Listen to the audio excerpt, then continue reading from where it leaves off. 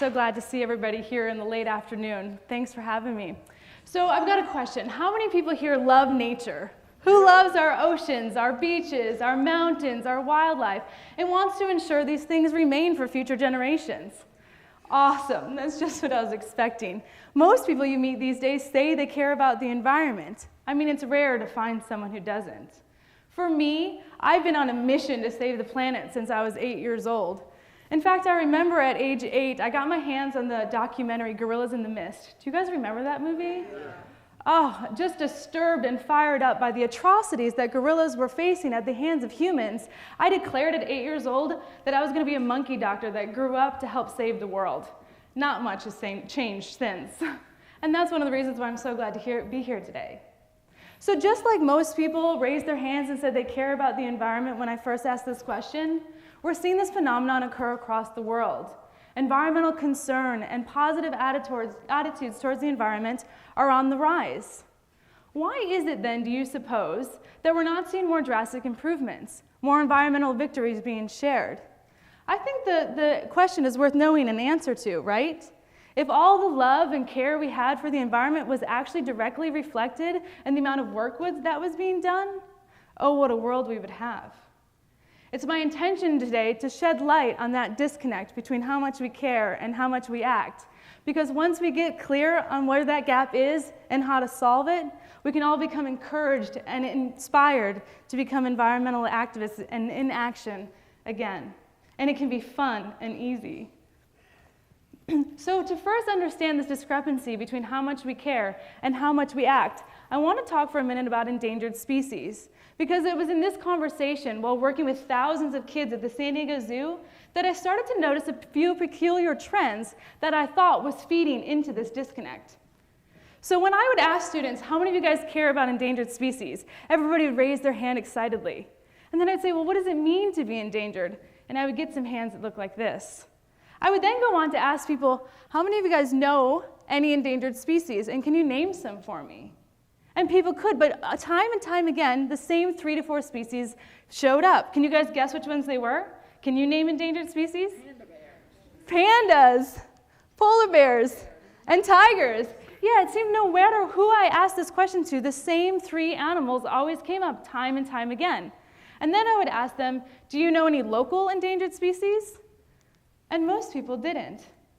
Carried by curiosity, I started to ask this question everywhere I went. Poor souls would sit next to me on the airplane and be like, excuse me, can I ask you a couple of questions about endangered species?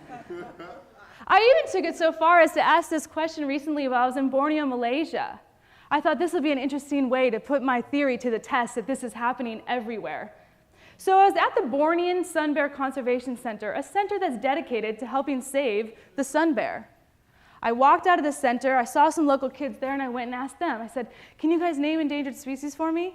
And they did. They named pandas, polar bears, and tigers. Okay. And I said, well, are there any other endangered species on your island that you can name for me? And they couldn't. And so I took it one step further, and I pulled out a picture of the sun bear, and I said, do you guys know what this bear is? They didn't.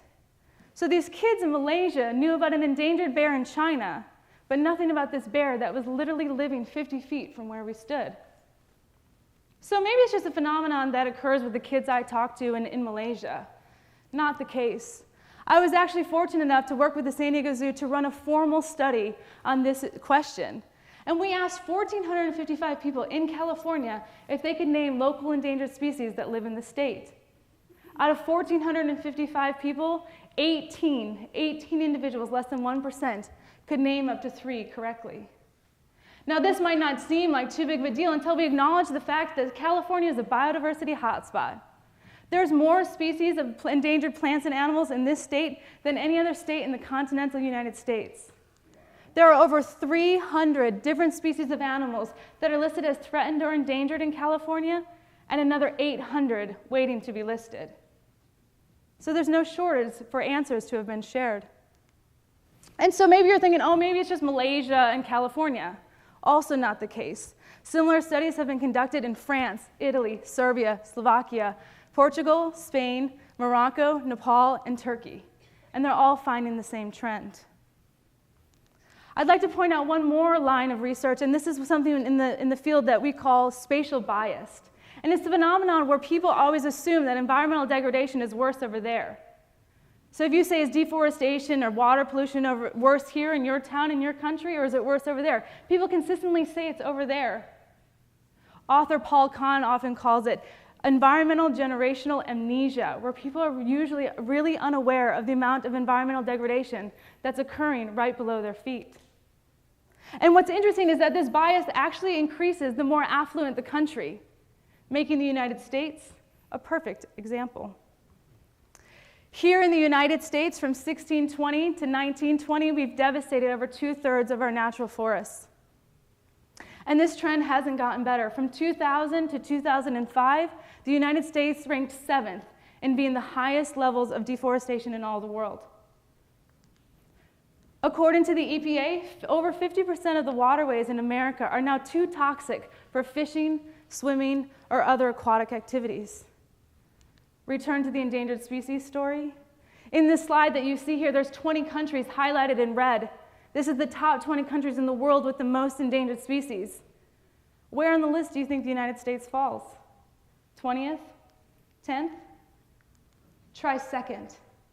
The United States is second only to Ecuador in having the most endangered species of any country in all the world, and most of us don't know this.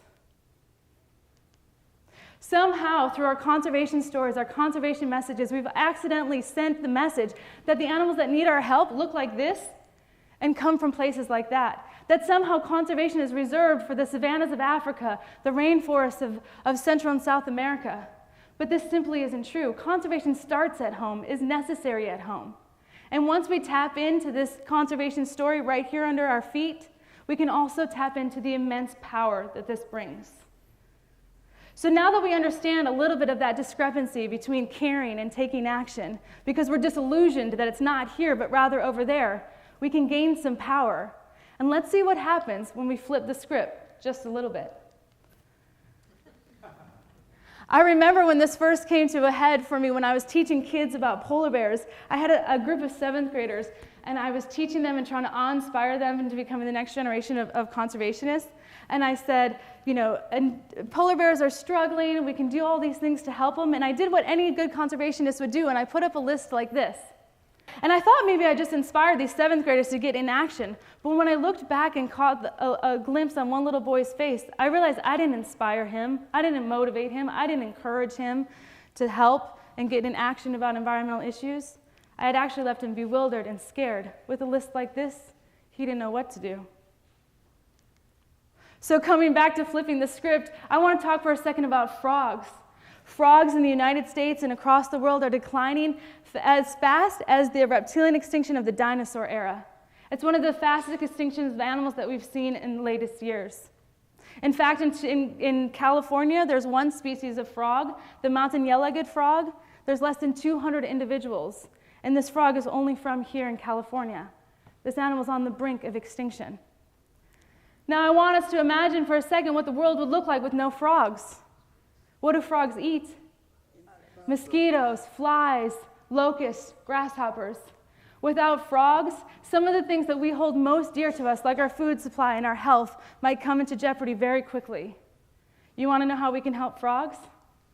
Make a toad abode. Right? One of the reasons frogs are dying is because of habitat loss and chytrid fungus and many other things, but the number one threat is habitat loss. If they're losing their homes, one of the best things we can do to help them is make more habitat. And it can be fun, and it can be easy. How about these guys? How many of you guys have heard about bees lately? Yeah. Absolutely. Bees are in massive decline from colony collapse disorder, use of GMO products, herbicides, pesticides, you name it. Bees are struggling. Now I want us to imagine for a second what the world looks like without bees. Here's your grocery store shelves with them, and here's your grocery store shelf without. Anybody want to help the bees? Yeah. We can, and it's easy. We can plant brightly colored flowers in our yard or make a solitary beehive by simply poking holes into a 2x4 and putting it out in our houses, in our backyards. How about these guys? Bats. Bats are often very underappreciated for all the work that they do to keep us humans happy. Did you guys know that one bat can eat up to 2,000 mosquitoes per night? That's an insecticide in a flying bat. It's pretty awesome. So bats are declining in droves, again, because of habitat loss, a fungus called the white nose disease. You want to know how we can help bats? Build a bat box and bring this fortress that's eating all the mosquitoes right to your yard. How about birds? Birds actually are essential in regenerating forests. They transfer seeds from place to place and allow things to grow. In fact, some seeds can't grow unless they've passed through the guts of a bird.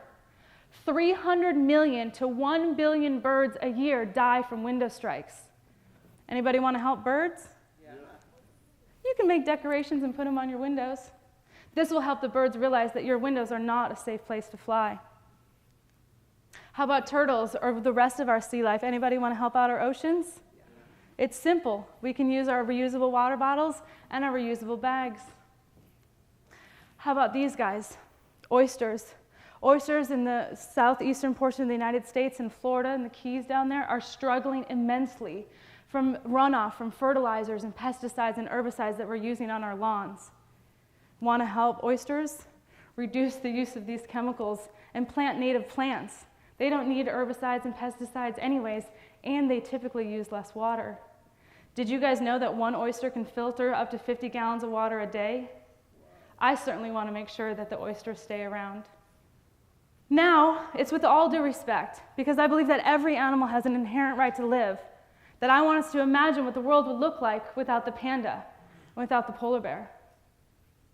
Though they would be greatly missed, the world would not suffer the same catastrophes as if we lost the animals I just mentioned.